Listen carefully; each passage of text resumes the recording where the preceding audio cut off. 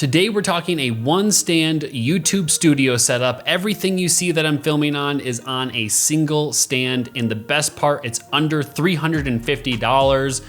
Obviously it doesn't include the camera equipment. That's stuff that you probably already have, and if you don't, it's extra. But the stands, the mounts, everything included, $350 or less. Let's get straight to it. Just gonna get right into you guys, no BS, and show you everything and how it works. All right, here is the whole setup. The one stand does it all, maneuverable, little awesome guy here. So I'm sorry if the IBIS wobble is terrible. I tried already making this video and it didn't work, and I just did the most recent update. So let's start from the bottom and work our way up. So first at the bottom here, or I guess we should say the entire stand, that is just your average old C stand. It's your normal C stand, and I added some wheels here, which the wheels definitely allow it to kind of go place to place. But they also do make C stands with more of a triangle setup with wheels, so it's more low to the ground. That might be better so that it's less tippy, because this one is a little tippy because of how top heavy it is, but it's still fine as long as you put these sandbags at the bottom, which is our next portion of the video here. So these sandbags realistically help this stay up and not fall over, even with all the weight up top. And that's kind of like the key to make sure it doesn't fall over, because these wheels actually add a little bit of height, which makes it even more top heavy. So next here we have our outlets. This is just a power strip that goes all the way over here to the wall. And that's really how I get power to everything. So all I have to do is unplug that one cable, and I just kind of put it over the top up here, and then I move it off to the side, and I don't have to run over any cables or anything, which is super nice. So everything's plugged in down here. It's, not super clean with all the cables, but it's the best I can do with what I have. But the next thing we have here is just a little baby friction arm, or whatever you want to call it, to hold my audio monitor. So this is the Zoom H5. It's how I record my audio, and it's just on this little baby arm here. And as you can kind of see here, it's not very attached. It's barely on there, but it does stay very tight. So the audio is, key, and it's not very heavy, so it's not really gonna go anywhere. So the next really important thing here is this big boy super clamp, or whatever you wanna call this. This is an impact clamp, and I'll link everything in the description for you. It says it's 6 inches, but that's definitely pretty long if you ask me.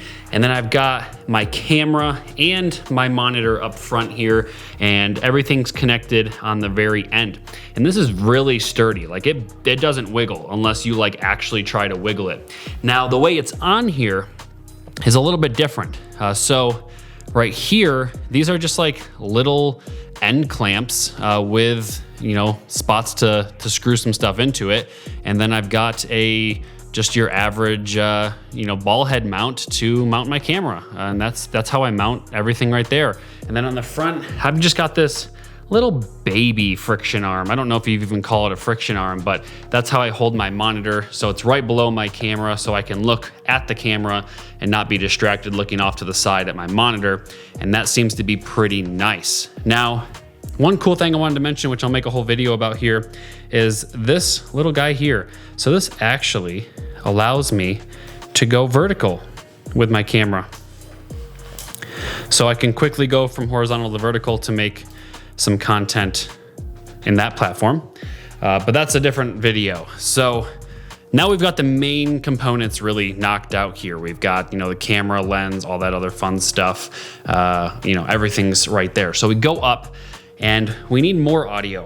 So here, I've just got this cheap microphone arm that has my Rode NTG4 Plus on the end here, which is really nice. And I can use this as my mic, or sometimes I also like to use my Shure mic, which is just routed straight to the audio recorder, and it's not really a big deal. It's kind of nice to kind of just hold it sometimes. So back up here, it's just a mic arm. It's super cheap and it works. It just holds the mic, so it's right by my face but not in frame.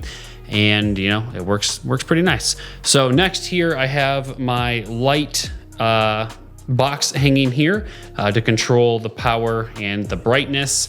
And then we go up a little bit further and we've got the actual light up here. Now, as you can see, it's like a little wiggly. It's not 100% like solid on there. I mean, obviously this is a really heavy thing to put on all of this C-stand, but it does a really good job of just staying still. You don't really ever have to touch the, you know, stand once you start recording. So that kind of stays. And the cool part is you can turn it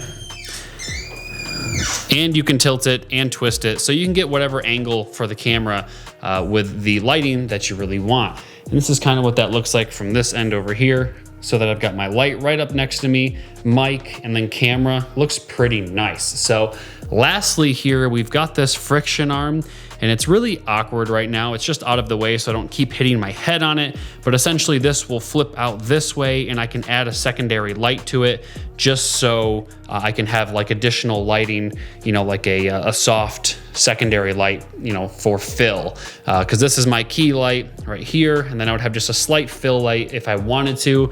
I don't always do it, it's not necessary, but you could also use this friction arm for literally anything that you want. So that's really the whole setup here. It's pretty cool. It works really nice, so I can kind of get it out of the way when it's, you know, not being in use. And then I have the rest of my little office here to do whatever else I want with it, and it's super nice. So that's really the whole setup here. Now, I'll definitely make another video going a little bit more in depth on this once I kind of get it finalized, but for now, we just kind of have everything set up really nicely so I can easily push this aside and put it where it needs to go when I make a YouTube video, so that it's not super in the way and it's just not like annoyingly always set up. It's also pretty easy to take things from it if I need like my light and stuff for different settings, like if I did actual, you know, commercial work or whatever, I can grab stuff off of it to make it a little bit easier. But for the most part, something like this is just super useful because you don't have to have like cluster and everything in the way and like have that tripod, you know, with that one leg that always just flops because it's not tight enough and always loosens. And it's just something you can kind of easily get up and go, so you're not forced to take 45 minutes to get ready to make a YouTube video or a video in general. So hopefully we'll get some more going on here soon. But for now, that's really the video.